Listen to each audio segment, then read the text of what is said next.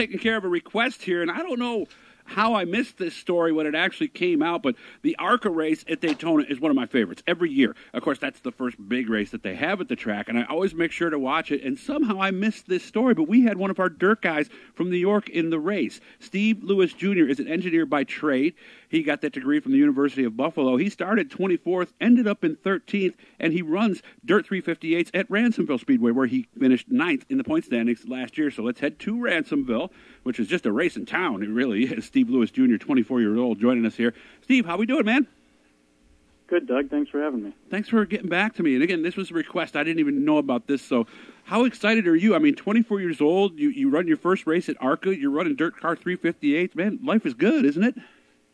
Yeah, it's pretty exciting for sure. A lot going on between the 358 and the ARCA deal.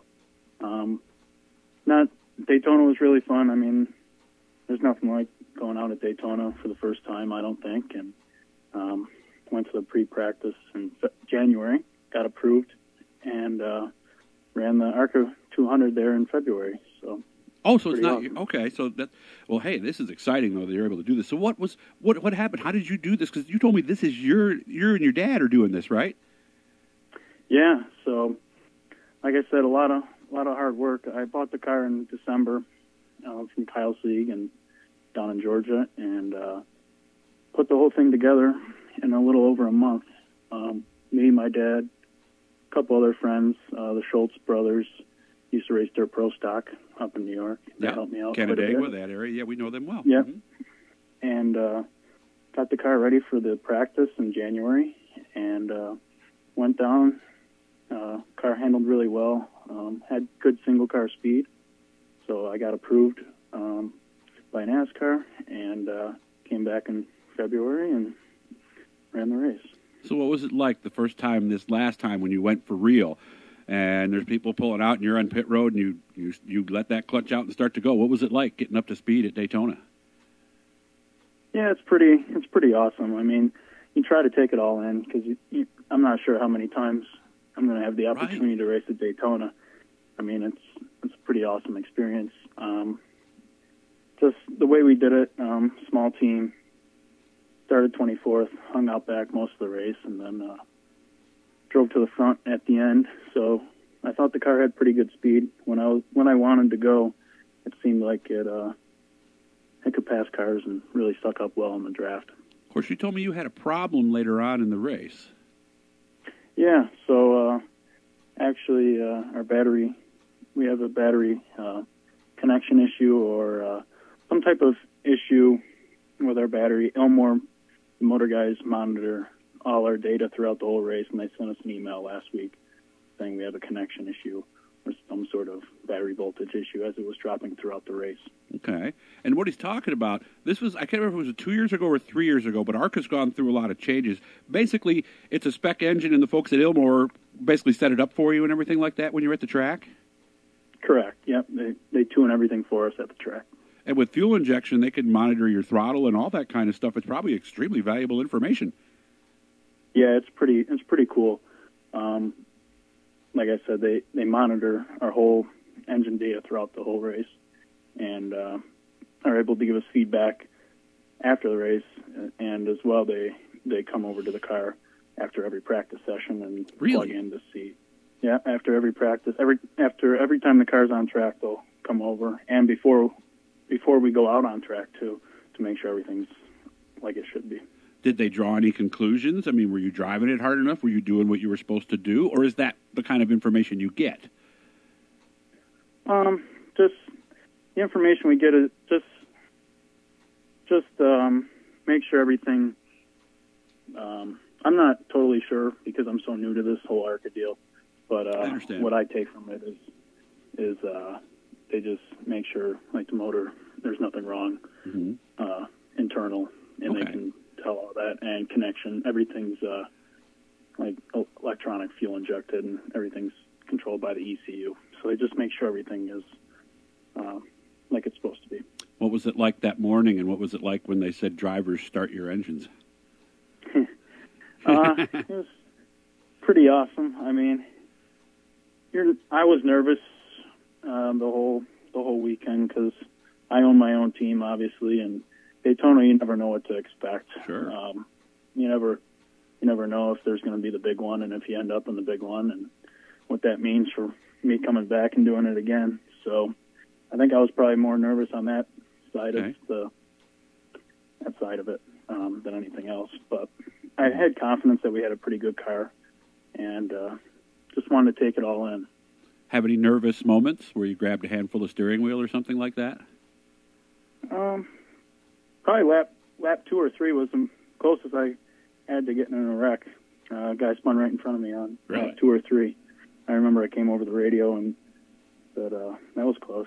And I get used to it there. So. Okay. So if I would have told you coming into this race, like let's say you and I were to chat a week before it happened, I said, you're going to finish 13th in the ARCA race, what would you have told me? I'm not sure I would have believed you. I mean, it's a pretty good result, I feel like. I know going in I wanted to finish. I was hoping for a top 20. Okay. And that obviously exceeded that. Yeah. 3 spots away from a top 10, too. So. Yeah. So were we going to do this again, do you think, Steve? Yeah, I want to go to Talladega if I can, end of April. April 22nd is the date. Looking for some funding right now to help pay for this operation and some sponsors. But I know it's right around the time Dirt 358 starts too, so have to balance that a little bit. It's going to be very, very tough time-wise for us to get both operations going. Well, maybe it'll rain in Ransomville, and it'll be okay until... I mean, we hate to root for rainouts, but, right? It'd be okay, I would imagine, for you in that case, right? Yeah, I like the ARCA deal quite a bit after Daytona, you know. Yeah. So how's the 358 look? I mean, are you ready to race, or did all this work on ARCA kind of put you behind a little bit with the 358? Yeah, I mean, we're not ready yet.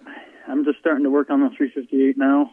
Last week we started again, just because it was kind of we had to thrash to get that ARCA car together for Daytona. So, well, how close is the 358 then? How's it look now, today? I mean, we went through everything before Dirt Week last year, so, and we didn't get into anything at Dirt Week, so, I mean, it's sitting there. I mean, I could race it in the next few weeks if I had to. I mean, I'm keeping the body on it the way it is, and everything's pretty much ready to go. Motor's in. Oh, so a hard weekend and we could do it. Yeah. Oh, I think so, yeah. Okay. For sure. Why 62? I just happened to look because I was looking at the Ransomville point standings. You're a 1S over there. Why a 62 for the ARCA car then? Yeah, so I asked for 11, and they didn't have an 11 available, so I asked for the list of numbers they had. Oh, and that's how you do it. Probably 10 numbers available. Oh, that's it. And, and they were all higher numbers, so the guy that came with me to help was Mark Schultz, and his number when he raced was 62. So I said, well, since he's coming to help me, I'll run a 62 for him. Okay, now if you're listening to this, Steve is on Facebook. He's on his. You're just Steve Lewis. You're not Steve Lewis Jr. on Facebook, right? Yeah, no, on Facebook. Okay. I'm just Steve Lewis. So if you're interested and you want to do something, great opportunity, obviously, to get your business out there and help a local guy to get back down to ARCA to race at Talladega. Less than a minute left to go, Steve. So what kind of support do you need? Is it strictly cash, or are there other things people can do? Maybe buy tires, things like that? Yeah, I'm open to anything, cash or buying tires, anything that will go towards the car. Fuel, tires, hotels, anything. Race is broadcast on Fox Sports 1 and on April 22nd as well, so it's good TV time. Get your sponsor, get yourself on TV on a real national race at Talladega, nonetheless. So, Steve, I appreciate you getting back to me. I'm so happy for you. I mean, there's not many stories like this that we get in this area. So, April 22nd, set your DVR, guys, if you're heading to a local racetrack, and you'll have somebody to root for, Steve Lewis Jr. in the number 62. Great talking with you. If I get out to Ransomville this year, I'll make sure I look you up, okay? All right. Thanks, Doug. Thanks for having me. I want to thank all of our sponsors, of course, Bicknell Troyer, our good friends at Swift Springs. Hit that blue E, guys. That'll subscribe you. Turn on the notifications. Hit the likes. And if you got any messages or something, or even if you want to say something to Steve, put it in the comments. I'll make sure we get it to him.